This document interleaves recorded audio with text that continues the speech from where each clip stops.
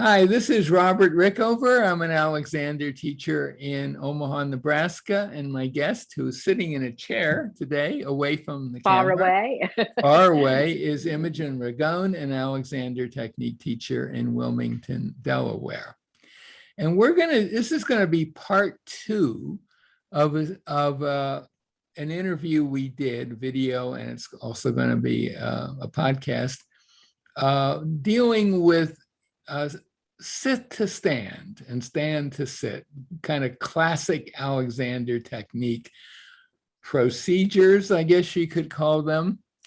And I want to kind of take it to a different level than we did before. Earlier, we talked about going, say, from sitting to standing to pausing a little bit before you got to complete standing and just using a direction like I'm free, or I'm not compressing myself, or something like that, in order to prevent what often is a little extra something when you arrive at standing. And on the way down to sitting, also using an Alexander direction, particularly when you're getting very close to the chair. You can maybe begin to feel the chair, and you want to avoid that kind of sitting twice that often happens. People will sit and then they will collapse into themselves. So yeah, that's a very common pattern. And as I said in the last time, if you want to see examples of this and you live in a big city, just hop on the subway or a bus, and you will see it everywhere, both those patterns, the extra stuff at the end of the line. I'd like to do an experiment that adds to that, something that Alexander himself talked about in his book, Use of the Self. Okay.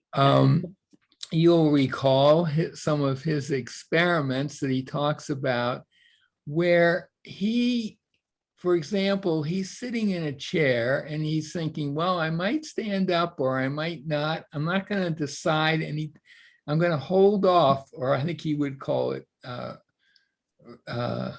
he had a phrase for that. I won't give consent. So withhold his consent. Something like that.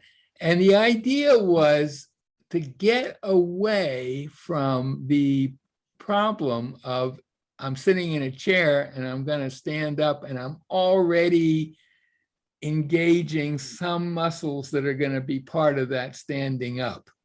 He wanted to prevent, as far as he could, prevent that, because it was just getting in the way. People were kind of pre-planning the future when really he wanted them to be in the moment. Okay, so if you would sit sideways to the chair, or actually, I think, yeah, that would be good. Start sitting. Yeah, we can start like that. And if you would just stand up from the chair. Without any, you don't need any direction. You just do it any old way for now. But of course, you caught yourself doing something, right? A little add-on that first time. Okay, yes. So now here's what I would like you to do. I'd like you to begin the process of sitting, but only get approximately halfway there.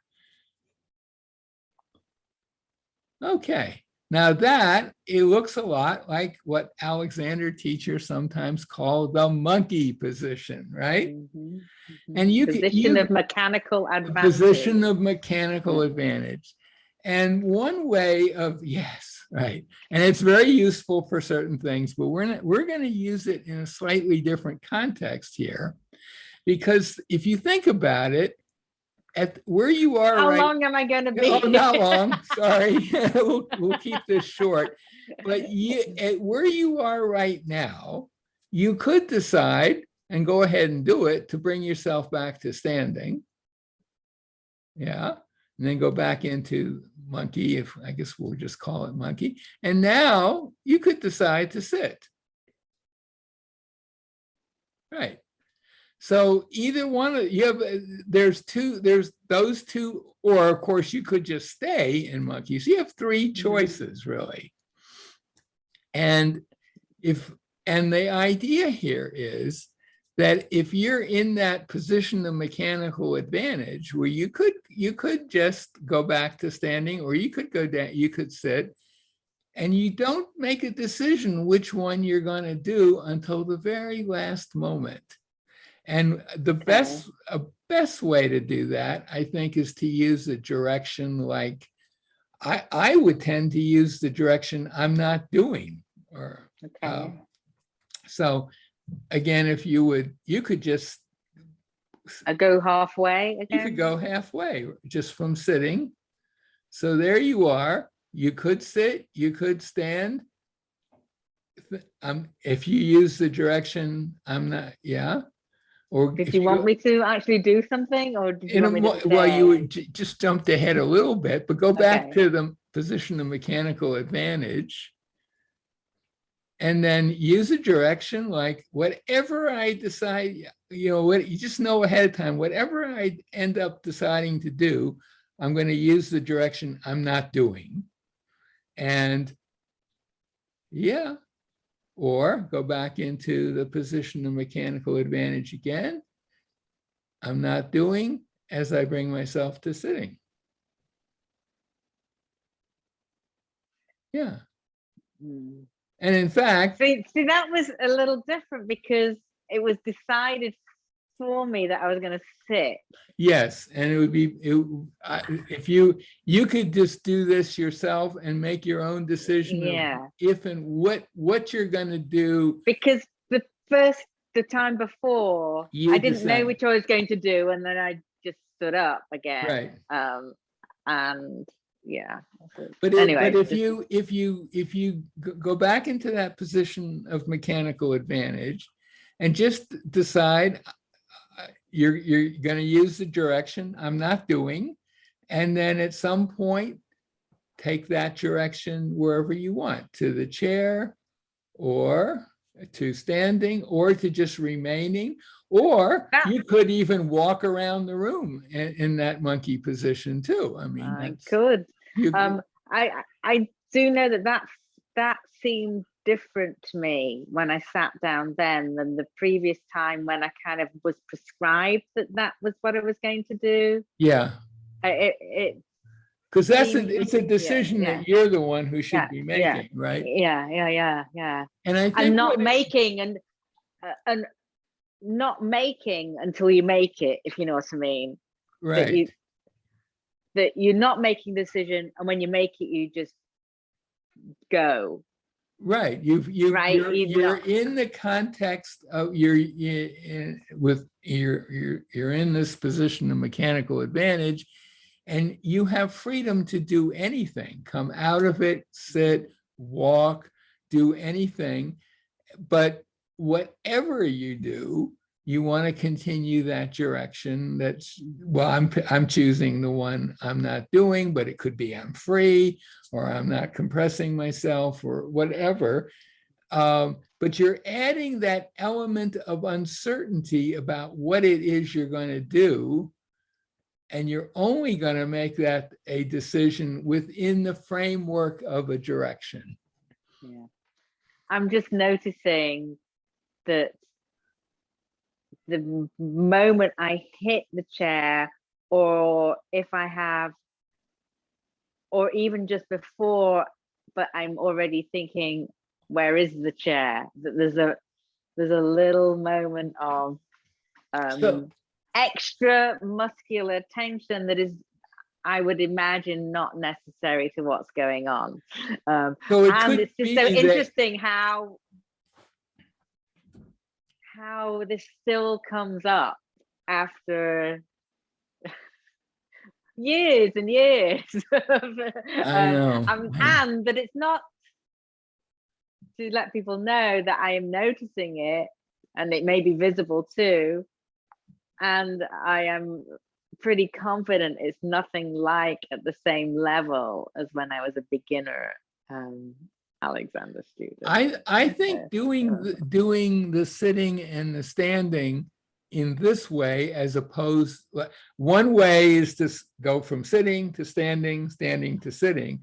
This is going from wherever you are to somewhere midway. And then there's at least 3, maybe 4 options about what could come next. And you're not going to commit to any of them, but what you are going to do is think a useful direction. And what I'm could actually- easily happen is what just happened. You decided to sit, and in that framework, you noticed a little extra stuff that maybe you would not have noticed if you had just sat in the chair, walked over to the chair and sat down. Yeah, yeah. This is reminding me of before I trained to be an Alexander teacher, but I was already having lessons, and I was home in England visiting my parents, and my mum was having Alexander lessons, and I went and had a lesson with her teacher there, and she did a lot of chair work, but I don't know that I sat. I didn't know. She was just taking me to different levels, and I never knew. I'm just remembering this, and I think she trained in the McDonald's kind of line, if you want to, think about that. Whereas most of my experience at that point had been with people who are more in the Carrington sort of line, and there was a lot of going up on the toes, like you're going here, but you like, did I ever reach the chair? It's very interesting, a different way of maybe getting to something similar, being in that state of not knowing, am I going here, where am I going? And yeah. And just in terms of Alexander technique teaching technology, this is very amenable to online teaching. Yeah, whereas because we don't have the hands that can reach out and guide you, but so that teacher you're talking about was using his or her hands, yes, and I didn't give you a certain experience. But I believe that it's ultimately more powerful if you can give yourself that experience. Yeah. And that's one reason why I like teaching online better than in person these days. But that's a whole side trip, which we don't want to get into right now. So that's just my thought on the subject. Yeah, I played around with that quite a bit, and I've started using it in teaching, and it seems like it works pretty well. Yeah. So anything else you want to say about it? No, but that's really interesting, that kind of having this middle point that's again coming to deciding and not knowing where you're going to go, and then making a choice from there. So it's like renewing the choice. I mean, you could have many points if you wanted to. Sure. And at each one that you don't know, that maybe you're going to stand up again, or maybe you're going to go a bit lower, or maybe, whatever. And anyway, it's interesting. Ultimately, you could take this into any other activity, because at any point, any time in your life, there are a myriad of choices you could make about what's going to happen next. Yeah. And this just kind of, I think, brings that into a sharper relief, maybe. So people, I think once you play with something like this, then suddenly you realize, oh, I could be lying in bed and I got all kinds of choices I could get. I could roll over, or I could push up, or I could just stay here, or, I mean, there's so many choices. And if I bring to bear an Alexander direction and don't commit to the choice until I really, I got that direction. Now I could, within the framework of that direction, I can then make a decision instead of making a decision which is very likely to just have you do whatever you've decided to do in the way you habitually do it. Yeah. Okay, well, that's all I got for this. All right. Thank Thank you you for this. Thank you so much. My guest has been Imogen Ragone, an Alexander teacher in Wilmington, Delaware. I will put a link to our earlier interview on Sit to Stand because it in a way kind of follows from it. So thank you. Thank you.